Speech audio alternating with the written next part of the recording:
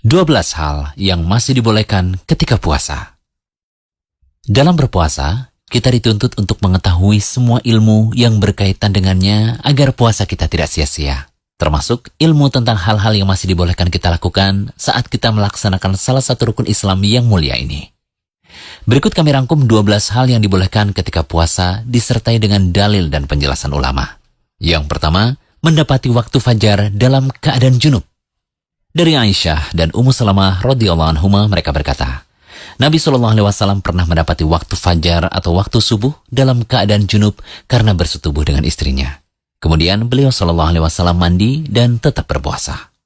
Yang kedua, bersiwak ketika berpuasa. Dari Abu Hurairah, Nabi SAW bersabda, seandainya tidak memberatkan umatku, niscaya akan kuperintahkan mereka untuk menyikat gigi atau bersiwak setiap kali berwudu. Hadis ini dikeluarkan oleh Bukhari dalam kitab sahihnya secara mu'alaq atau tanpa sanad. Dikeluarkan pula oleh Ibnu Khuzaimah dengan sanad lebih lengkap. Syekh Albani mengatakan bahwa sanad hadis ini sahih. Imam Al-Bukhari membawakan hadis tersebut dalam judul bab siwak basah dan kering bagi orang yang berpuasa. Judul bab ini mengisyaratkan bahwa Imam Al-Bukhari ingin menyanggah sebagian ulama, seperti ulama Malikiyah dan Asy'abi yang memakruhkan untuk bersiwak ketika berpuasa dengan siwak basah. Lalu bagaimana dengan sikat gigi?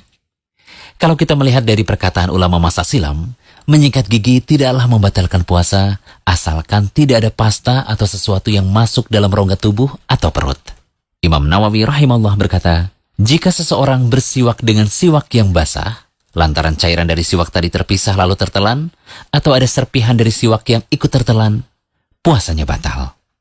Hal ini tidak ada perbedaan di antara para ulama Syafi'iyah. Al-Fawroni dan yang lainnya pun menegaskan seperti itu. Kalau saran kami sih, waktu menyikat gigi bisa dilakukan setelah makan sahur atau berbuka. Bagaimana? Kemudian yang ketiga, berkumur-kumur dan memasukkan air ke dalam hidung asal tidak berlebihan. Nabi SAW bersabda, bersungguh-sungguhlah dalam beristinsyak atau memasukkan air dalam hidung, kecuali jika engkau berpuasa. Ibnu Hajar rahimahullah mengatakan, jika dikhawatirkan sehabis bersiwak terdapat sesuatu yang basah di dalam mulut, seperti sesudah berkumur-kumur dan masih tersisa sesuatu yang basah di dalam mulut, maka itu tidak membatalkan puasa walaupun sesuatu yang basah tadi ikut tertelan. Keempat, bercumbu dan mencium istri selama aman dari keluarnya mani.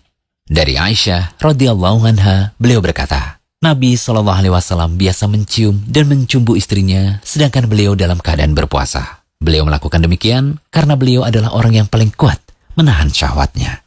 Kelima, bekam dan donor darah jika tidak membuat lemas. Dari Ibnu Abbas radhiyallahu anhu berkata bahwa Nabi SAW berbekam dalam keadaan berihram dan berpuasa. Anas bin Malik radhiyallahu anhu ditanya, apakah kalian tidak menyukai berbekam bagi orang yang berpuasa? Beliau berkata, tidak, kecuali jika bisa menyebabkan lemah. Imam Asy-Syafi'i mengatakan, jika seseorang meninggalkan bekam ketika puasa dalam rangka kehati-hatian, maka itu lebih aku sukai. Namun jika ia tetap melakukan bekam, aku tidak menganggap puasanya batal.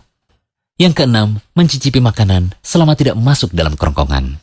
Dari Ibnu Abbas radhiyallahu anhuma, ia mengatakan, tidak mengapa seseorang yang sedang berpuasa mencicipi cuka atau sesuatu selama tidak masuk sampai ke kerongkongan.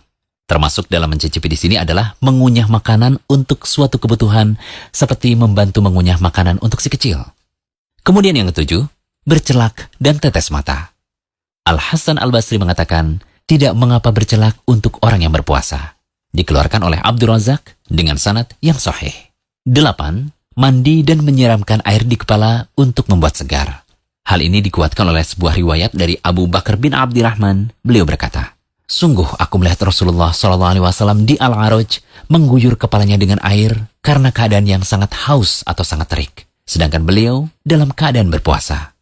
Penulis Aunul Ma'bud mengatakan hadis ini merupakan dalil bolehnya orang yang berpuasa untuk menyegarkan badan dari cuaca yang cukup terik dengan mengguyur air pada sebagian atau seluruh badannya. Inilah pendapat mayoritas ulama dan mereka tidak membedakan antara mandi wajib, sunnah, atau mubah. Kesembilan, menelan dahak. Menurut madhab Hanafiyah dan Malikiyah, menelan dahak tidaklah membatalkan puasa, karena ia dianggap sama seperti air ludah dan bukan sesuatu yang asalnya dari luar. Kesepuluh, menelan sesuatu yang sulit dihindari, seperti masih ada sisa makanan, atau seperti darah pada gigi yang ikut pada air ludah dan jumlahnya sedikit serta sulit dihindari. Maka seperti ini tidak mengapa jika tertelan. Namun jika darah atau makanan lebih banyak dari air ludah yang tertelan, lalu tertelan, maka puasanya jadi batal.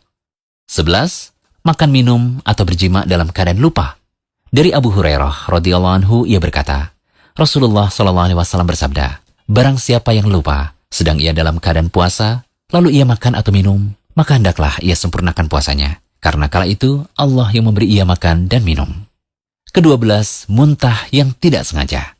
Dari Abu Hurairah radhiyallahu anhu, Nabi SAW bersabda, barang siapa yang muntah menguasainya, atau muntah tidak sengaja, sedangkan ia dalam keadaan puasa, maka tidak ada qadha baginya. Namun apabila dia muntah dengan sengaja, maka wajib baginya membayar qadha. Nah, itulah hal-hal yang masih boleh dilakukan saat puasa dan tidak menyebabkan puasa kita batal. Semoga bermanfaat.